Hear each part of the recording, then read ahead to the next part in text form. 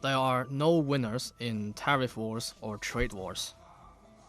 Bullying or hegemonism only leads to self-isolation. We're not looking to hurt China. China was being hurt very badly. They were closing up factories. They were having a lot of unrest. Tensions between the U.S. and China are flaring up again amid renewed accusations of trade deal violations. U.S. President Donald Trump lashed out at China on Truth Social, accusing it of breaking a major trade agreement.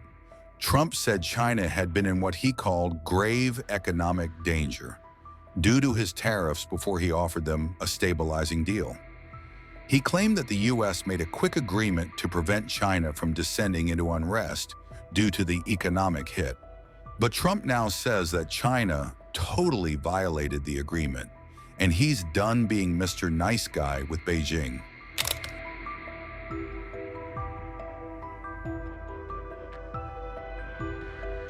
Trump's post on his Truth Social platform came hours after U.S. Treasury Secretary Scott Bessent said that trade talks with China were a bit stalled in an interview with broadcaster Fox News. I would say that they are a bit stalled.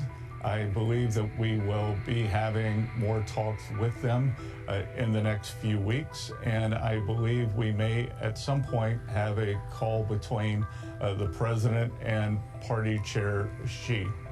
The U.S.-China trade war escalated significantly under Trump's leadership, with tariffs reaching unprecedented levels, including a 145% tariff on Chinese imports as part of the so-called Liberation Day trade package. These tariffs caused China's manufacturing sector to contract sharply, with the Purchasing Managers' Index dropping to its lowest in 16 months, signaling a decline in factory activity and export orders. The tariffs disrupted China's export sector, with some estimates showing cargo shipments fell by as much as 60%. And the broader economy also showed signs of weakening growth. A temporary Geneva deal in May saw both sides reduce tariffs by 115% and suspend retaliatory measures for 90 days.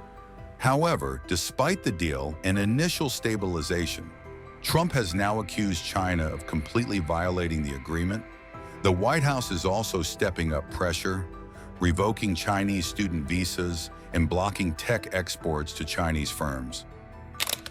There are no winners in tariff wars or trade wars. Bullying or hegemonism only leads to self-isolation. China will work with LAC countries to implement the Global Development Initiative. We will resolutely uphold the multilateral trading system, ensure stable, unimpeded global industrial and supply chains, and promote an international environment of openness and cooperation. We should foster greater synergy between our development strategies, expand high-quality Belt and Road cooperation, and bolster cooperation in traditional areas such as infrastructure, agriculture and food, and energy and minerals. We should expand cooperation in emerging areas such as clean energy, 5G telecommunications, the digital economy, and artificial intelligence, and carry out the China-LAC Science and Technology Partnership. China will increase imports of quality products from LAC countries and encourage its enterprises to expand investment in the LAC region. Yesterday, we achieved a total reset with China after productive talks in Geneva. Both sides now agreed to reduce the tariffs imposed after April 2nd to 10% for 90 days as negotiators continue in the larger structural issues. And I want to tell you that a couple of things. First of all, that doesn't include the tariffs that are already on, that are our tariffs, and it doesn't include tariffs on cars, steel, aluminum, things such as that, or tariffs that may be imposed on pharmaceuticals, because we want to bring the pharmaceutical businesses back to the United States, and they're already starting to come back now based on tariffs because they don't want to pay 25, 50, or 100% tariffs, so they're moving them back to the United States.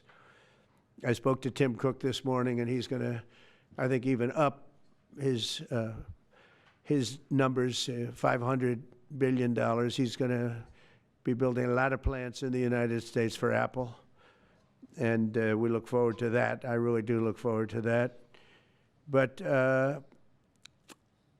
the talks in Geneva were very friendly. The relationship is very good. We're not looking to hurt China. China was being hurt very badly. They were closing up factories. They were having a lot of unrest. And they were very happy to be able to do something with us. And the relationship is very, very good. I'll speak to President Xi maybe at the end of the week. We have some other things we're doing.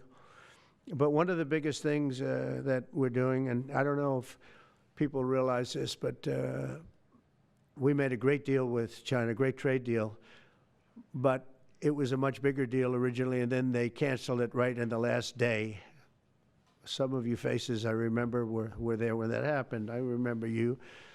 And we had a deal where they opened up their country to trade with the United States. And they took that away at the last moment, and then I canceled the whole thing. And then 6 months later, we ended up doing a smaller deal. But it was a big deal. It was $50 billion worth of product that they were going to purchase from our farmers, et cetera. And we agreed to that. People thought it was 15 because they were doing 15. We made it 50 because I misunderstood the 15. I said, you got to get 50. Because when I asked, if you remember the story, when I asked, what are we doing with them? My Secretary of Agriculture at the time, Sonny Perdue, said, sir, it's about 15 billion and we're asking for 15. And I thought he said 50. So I said, so they came back with the deal at 15. And I said, no way, I want 50.